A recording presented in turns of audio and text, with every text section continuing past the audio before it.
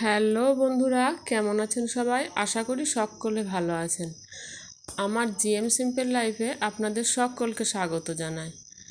আজকে একটি পকোড়ার রেসিপি নিয়ে হাজির হয়ে গেলাম। খুব সিম্পল পকোড়াটা, যেটা আমরা কখনো সেভাবে করে থাকি না।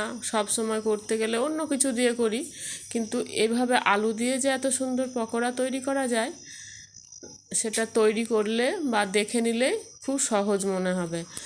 আর যাদের ইচ্ছা হবে তারা দেখে সুন্দরভাবে পকোড়াটা তৈরি করতে পারবেন। সাধারণ কয়েকটা উপকরণ লাগবে, ঘরে থাকা জিনিস দিয়ে হয়ে যাবে। তো আলু নিয়েছিলাম মাঝারি সাইজের দুটো, ভালো করে খোসা ছাড়িয়ে জলে ধুয়ে নিলাম। আর ধুয়ে নেওয়ার পরে এইভাবে কুড়ে নিতে হবে। তো বন্ধুরা, এইভাবে কুড়ে নেওয়ার পরে যে পকোড়াটা তৈরি করা হবে, খুব মুখরোচক আর খুব খাস্তা, খুব সুন্দর খেতে। তো আশা করি আপনাদের ভিডিওটা ভালো লাগছে। আমার এই ভিডিও যদি আপনাদের ভালো লেগে থাকে, কাছে বা দূরের থেকে যে বন্ধুই আপনারা দেখছেন, যদি আমার চ্যানেলটি সাবস্ক্রাইব করে না রেখেছেন, তাহলে তাদের কাছে অনুরোধ রইল আমার এই চ্যানেলটি সাবস্ক্রাইব করে নেবেন। এবং ভিডিও দেখা শুরুতে একটা লাইক করতে ভুলবেন না। একটা লাইক আমাদের অনেকটা এগিয়ে দেয়। তো বন্ধুরা, এইভাবে কুড়িয়ে নিতে হবে এবং ভালো করে পরিষ্কার জলে বেশ কয়েকবার ধরে ধুতে হবে।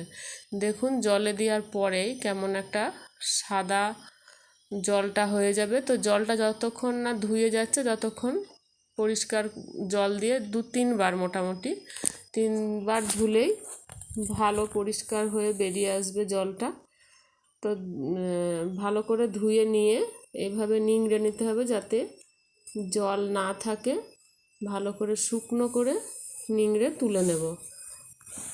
এবং সাধারণ কয়েকটা উপকরণ যেগুলো আমাদের ঘরেই থাকে, সেই উপকরণগুলো একদিকে রেডি করে রাখবো।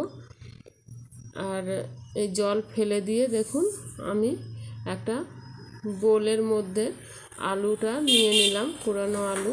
এরপরে এর মধ্যে দিয়ে দিতে থাকবো 1 চামচ ময়দা, আর 1 চামচ ময়দা, আর তার সাথে দেব 2 চামচ মতন কর্নফ্লাওয়ার।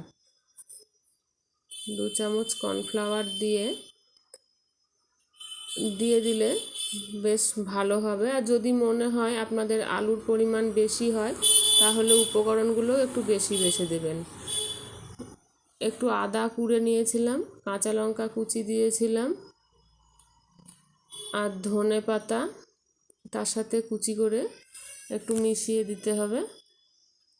আর এর মধ্যে দিয়ে দেব এছাড়াও নুন, হলুদ, একটু জিরে গুঁড়ো, এগুলো দিয়ে খুব ভালো করে মাখিয়ে নিতে হবে। তো বন্ধুরা, যাদের যেমন ঝাল প্রয়োজন তারা সেরকম পরিমাণে কাঁচা লঙ্কা দেবেন। আর এইভাবে মাখিয়ে সব কিছু উপকরণ দিয়ে বেশ সুন্দর করে মাখিয়ে নিতে হবে। এবং মাখিয়ে নেওয়ার পরে বেশি চটকে বা দলা পাকিয়ে মাখিয়ে ভাজার কোনো দরকার নেই। বেশ আলগা আলগাভাবে মাখিয়ে নিয়ে তারপরে তেলের মধ্যে দিয়ে আস্তে আস্তে ভেজে নিতে থাকবো। তো বন্ধুরা দেখুন, আশা করি আপনাদের ভালো লাগবে। আর ভালো যদি লাগে তো অবশ্যই কমেন্ট করতে ভুলবেন না। চলুন বন্ধুরা, দেখতে থাকুন কিভাবে পকোড়াটা তৈরি করে নিচ্ছি।